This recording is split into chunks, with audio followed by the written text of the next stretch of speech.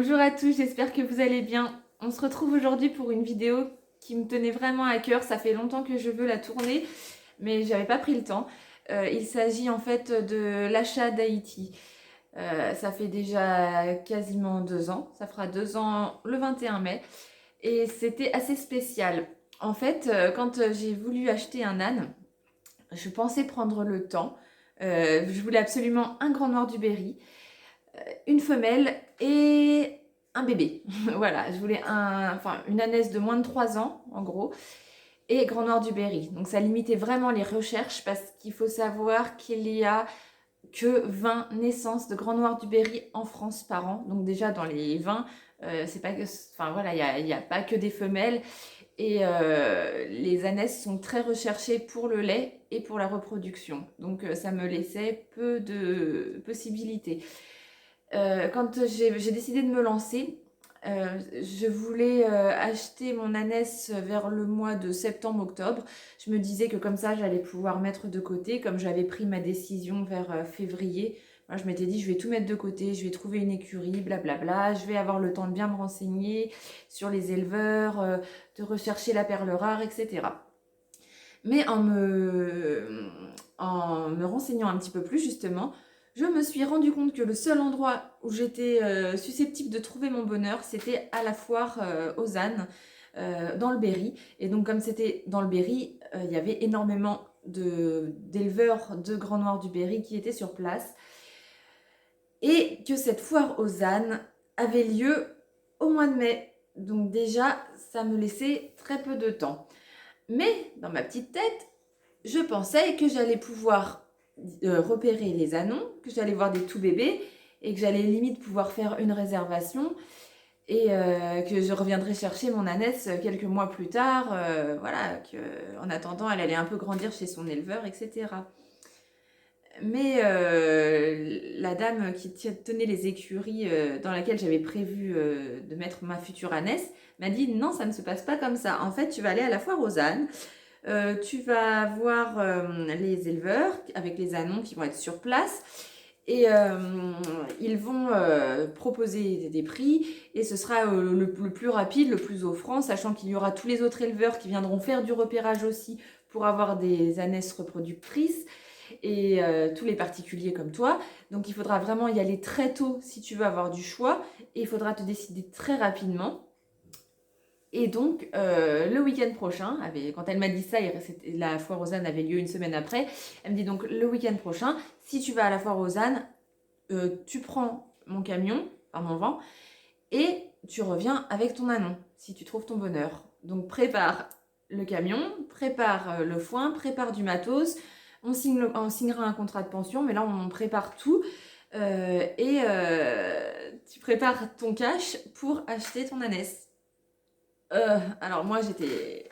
Là j'avais quelques jours pour prendre ma décision, à savoir si j'attendais un an, qui est la prochaine fois Rosanne, ou est-ce que je me lance dans une semaine, voilà. Ce qui devait me prendre à peu près 8-9 mois de temps de réflexion et d'adaptation, j'ai dû le faire en une semaine, voilà. À savoir si j'allais à la foire Rosanne et que je prenais Titi, enfin une ânesse à la foire Rosanne, ou est-ce que j'attends un an la prochaine fois. Alors, j'ai vraiment beaucoup hésité. Je me disais, oh là là, j'espère que ça va aller. Puis ça fait peur, hein, parce qu'on se dit, bon, est-ce qu'on est prêt déjà Moi, j'ai toujours été auprès des chevaux, mais j'ai jamais eu un âne. Enfin, je me suis jamais occupée d'un âne. Donc, est-ce que je fais pas une énorme erreur? Est-ce que je vous expliquerai dans une prochaine vidéo pourquoi j'ai choisi un âne et pourquoi j'ai pas appris un cheval. Mais voilà, je me suis demandé, est-ce que je fais bien? Est-ce que c'est pas, est-ce que je le fais pas pour des mauvaises raisons? Est-ce que je devrais pas attendre, réfléchir? Même si, voilà, j'étais sûre de moi, mais quand on arrive au but, moi j'attendais ça depuis super longtemps. Et là, quand je me dis, bon voilà, c'est maintenant, bah, ça fait presque peur parce que un animal, pour moi, quand on a un animal, c'est toute sa vie. Mes animaux, c'est des membres de ma famille, je les aime vraiment hyper fort. Et je sais qu'en adoptant un âne, j'en ai pour 30 ans minimum. Enfin, voilà, si tout se passe bien, j'en ai pour 30 ans, voire plus. Je veux pas me louper, quoi. Moi, ce serait un déchirement de devoir renoncer à un animal que j'ai adopté parce que j'y arrive pas, parce que financièrement ça va pas, parce que je sais pas comment m'y prendre. Surtout que juste avant, quand j'avais parlé d'adopter des ânes à des gens autour de moi, j'ai eu que des retours hyper négatifs en me disant tu vas faire une grosse erreur. Moi je connais un tel, il avait un âne, ça s'est très très mal passé. Limite ils ont divorcé dans sa famille à cause de l'âne. Moi je connais un autre âne, il est horrible, il mord tout ce qu'il trouve. Voilà, bon. Je me suis dit tant pis, je teste. Donc le 21 mai au matin, on est allé, je crois, non c'était le 20, le 20 mai au soir, on est allé chercher le vent, donc à l'endroit où il y a les écuries. On a signé le contrat de location du vent. J'ai essayé de le conduire un petit peu, même si c'est mon mari qui devait le conduire. J'ai essayé de le conduire également au cas où on devrait faire des pauses et changer de conducteur, etc. Et on est rentré à la maison, on a mis le vent sur notre place de parking et on s'est couché très tôt. Et le lendemain matin, à 4h30, oui, à 4h30 du matin, donc on est parti dans le Berry. On a mis quasiment 3 heures et c'était génial parce que quand on est arrivé, il était très tôt et on entendait braire, on entendait les ânes qui se répondaient. Enfin, c'était vraiment génial. Et mes parents m'ont rejoint là-bas. Enfin, non, ils avaient même dormi là-bas pour être sûrs d'être à l'heure.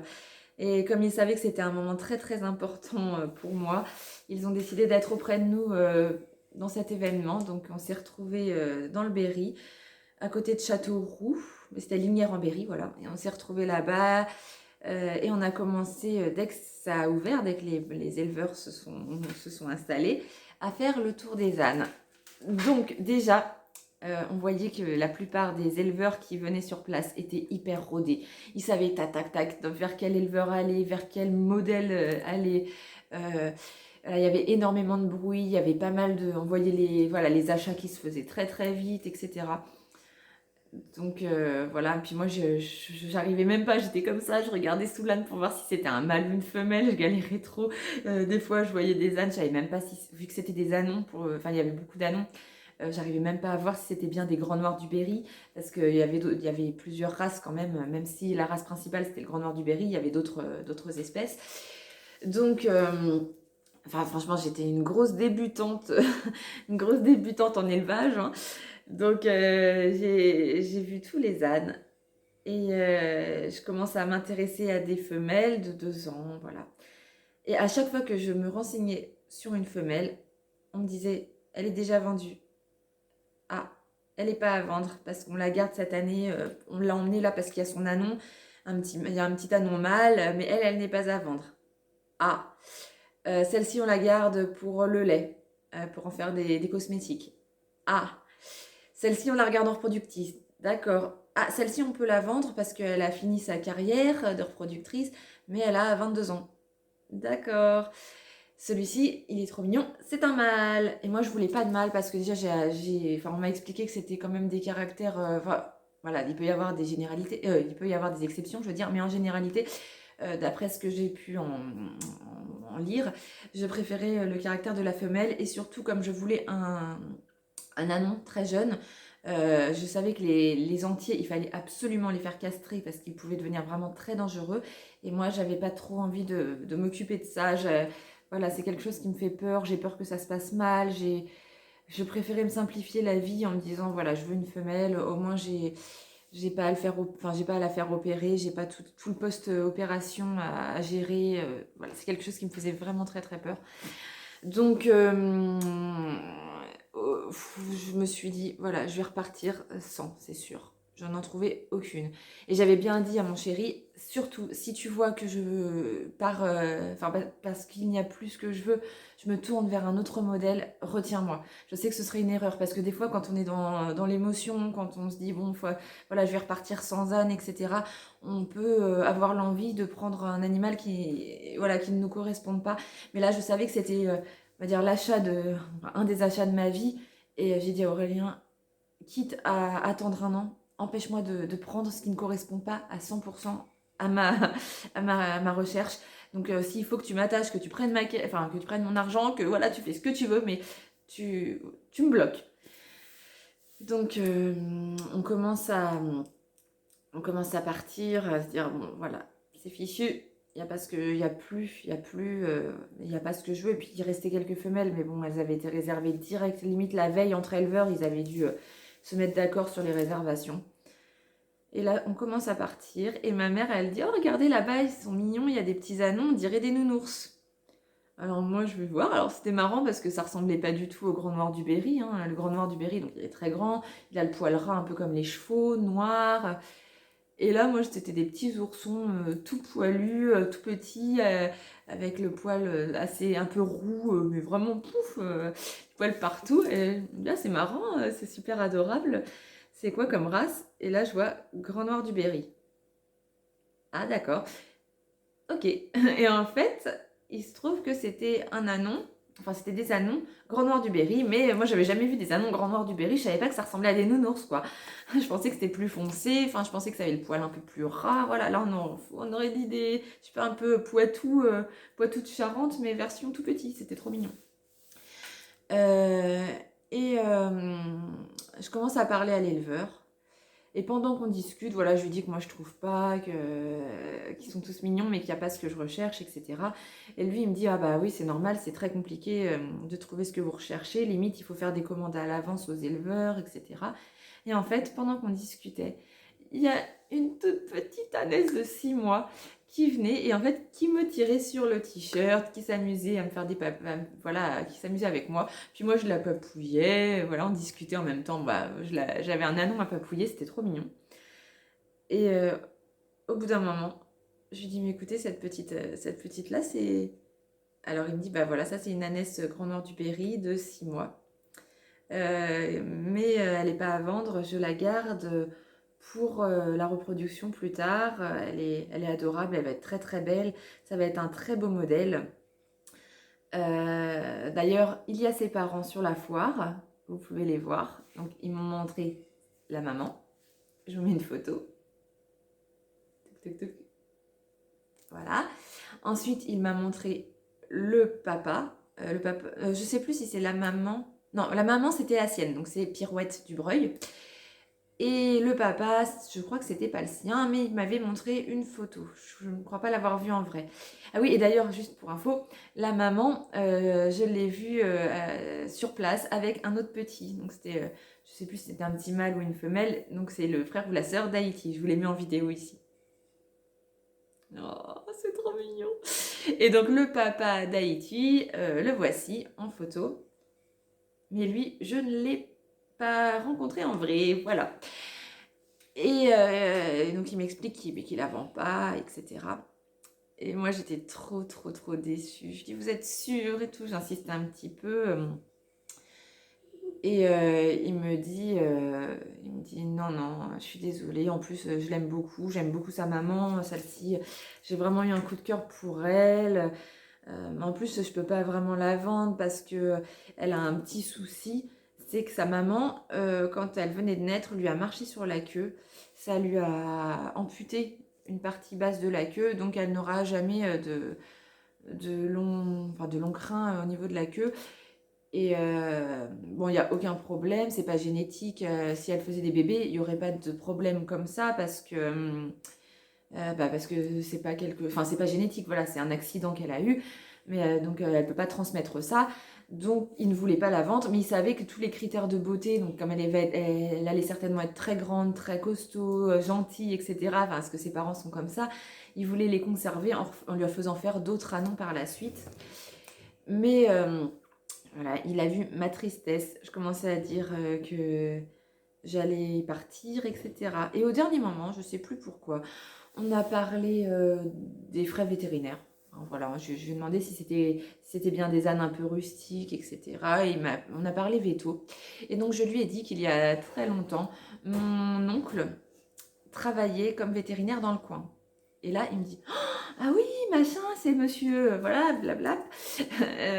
Il dit, mais c'était mon vétérinaire et je l'adorais, on a eu des super échanges, il a été mon vétérinaire pendant 20 ans, c'est génial, vous lui direz bonjour de ma part, etc. Je suis trop content, gna gna gna, d'avoir de ses nouvelles.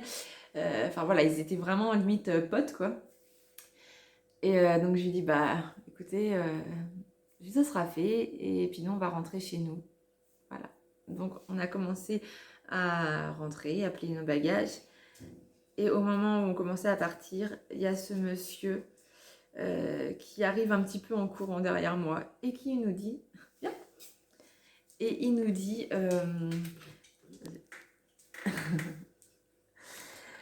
écoutez, écoutez, j'ai plus, ah oui bébé, j'ai plus l'âge de faire énormément d'élevage, voilà. J'aimais beaucoup votre oncle. Je vous vends Haïti si vous le souhaitez. Voilà, je vais avoir très mal au cœur, mais je peux pas garder tous mes coups de cœur, mes annonces coups de cœur, donc ça me ferait vraiment très plaisir qu'elle soit dans une bonne famille. Vous m'avez l'air de ne pas être intéressé pour de la repro, ou pour, je sais que vous en prendrez soin et que elle sera très très bien. Ce sera une famille vraiment qui la prendra pour la chouchouter. Et voilà, il me dit, si vous la voulez, elle est à vous. Et donc là, moi j'étais tellement heureuse. En fait, j'étais en train de repartir sans Anon. Et en 2 minutes, voilà, il me dit, ok, l'Anon que vous chouchoutez depuis tout à l'heure, elle est pour vous. Donc il me l'a vendu. Alors en plus, il m'a vraiment fait un prix adorable, sachant que les jeunes femelles là-bas, elles étaient hors de prix, quoi, parce que c'était le produit qui était le plus recherché. Enfin, le produit entre guillemets, j'aime pas dire ça comme ça. Mais c'était ce qui était le plus recherché à la foire. Et lui, il m'a fait un prix très très très raisonnable. Et il a dû faire 1 heure de route pour aller chercher les papiers d'Haïti qu'il n'avait pas emmenés parce qu'il ne comptait pas la vendre. Et il est revenu, donc on l'a attendu. Et il m'a dit, par contre, le seul truc que je vous demande, c'est de me donner des nouvelles régulièrement d'Haïti. Alors voilà, on est souvent en relation, etc. Et il me dit, et quand vous partez, je ne veux pas la voir partir. Il dit, voilà, je suis heureux que vous l'ayez, mais j'ai pas le cœur à la voir partir, donc vous pouvez venir me dire que vous partez, mais je ne veux pas la voir monter dans le camion.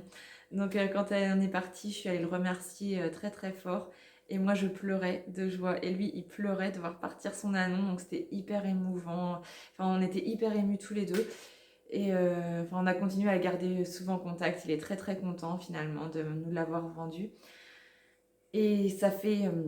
c'est un sentiment incroyable. Quand on attend pendant des années de vivre ce moment-là et qu'on se retrouve avec la longe dans la main. Et voilà, quoi, c'est à nous. C'est à nous, il faut qu'on gère. Et il faut pas faut toujours qu'on puisse subvenir à ses besoins et à son bien-être. On a un animal qui va vivre très longtemps entre les mains, un animal qui demande énormément de temps, énormément d'argent, énormément d'amour. Et on se dit, là, ma vie, elle change. Franchement, j'ai beaucoup d'animaux. J'ai chien, chat, lapin, poule, poisson. J'ai eu beaucoup d'autres animaux en plus. Mais les chevaux et les ânes, ce sont des animaux qui changent notre vie. Ça change notre façon de voir la vie, ça change toutes nos journées, ça change notre emploi du temps, ça change toutes nos façons de penser, de consommer, parce que voilà, c'est un énorme budget, c'est un budget temps, budget argent, etc.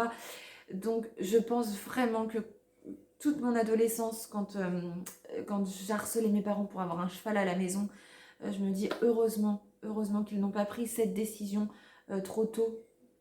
Que ça s'est fait comme ça s'est fait. Parce que quand on est ado, pour moi, tant qu'on n'est pas posé dans la vie, qu'on n'a pas limite tout ce qui. Enfin, la maison, voilà, une vie qui est bien installée, je pense on devrait pas. Enfin, voilà, sauf si on sait que les parents seront toujours là parce que c'est leur passion aussi qu'ils peuvent assumer derrière. Mais je pense que quand on est ado, on est beaucoup trop jeune pour prendre cette décision. Et c'est vraiment une fois adulte qu'on sait si c'est la vie dont on rêve toujours. Parce qu'on peut penser qu'à ado que ça durera toujours, mais des fois la vie fait que, notre situation familiale fait que. Et je regrette vraiment pas d'avoir pris ce choix, enfin voilà, vraiment en pleine conscience à mon âge. Et voilà, maintenant c'est que du bonheur parce que je l'ai choisi à 100% et parce que ça me correspond à 100%. Même si ma vie peut encore changer par la suite, s'il peut y avoir des accidents de la vie, etc. Mais quand on adopte un animal adulte, quand on a déjà son métier, quand on a déjà sa maison, il y a moins, enfin, on sait déjà plus à notre âge ce que va certainement nous donner la vie qu'à 14-15 ans, enfin même avant.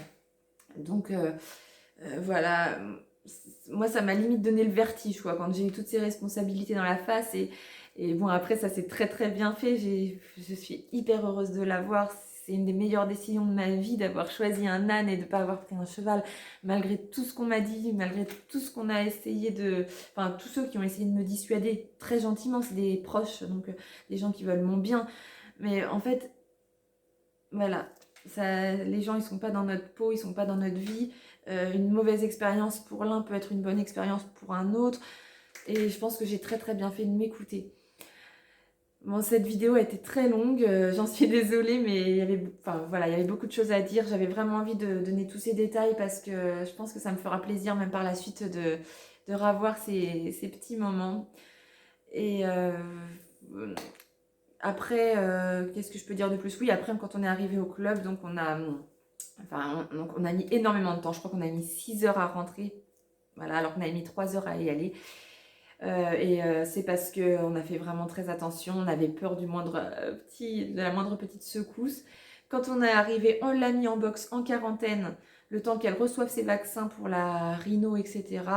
Donc elle a fait ses vaccins, on l'a laissé un mois au box, le temps d'être sûr qu'elle n'ait pas d'autres maladies, enfin qu'elle n'ait pas de maladie et que les vaccins ça s'est fait. Et après on l'a mise avec Nouméa, qui était une jument beaucoup plus âgée et donc qui a commencé à faire un petit peu son éducation de bébé et ça s'est très très bien passé. Voilà, même si maintenant qu'elle a 2 ans et demi, non, oui 2 ans et quelques mois, on a senti qu'elle avait besoin d'un autre âne pour plus s'amuser, avoir des jeux voilà, avec un animal de son espèce. On se rend quand même compte, enfin on s'était quand même rendu compte que jusqu'à là ça lui allait très très bien en fait pour tout ce qui était éducation, etc. Avec les chevaux ça matchait très bien. C'est plus là dans sa période d'ado où elle a eu besoin qu'on lui trouve un copain, une copine pour, enfin une copine en l'occurrence, pour avoir des jeux un petit peu plus pidou qu'avec les chevaux du club. Voilà, j'espère que cette petite vidéo explication vous aura plu. Je vous fais de très très gros bisous et je vous retrouve à bientôt pour une prochaine vidéo.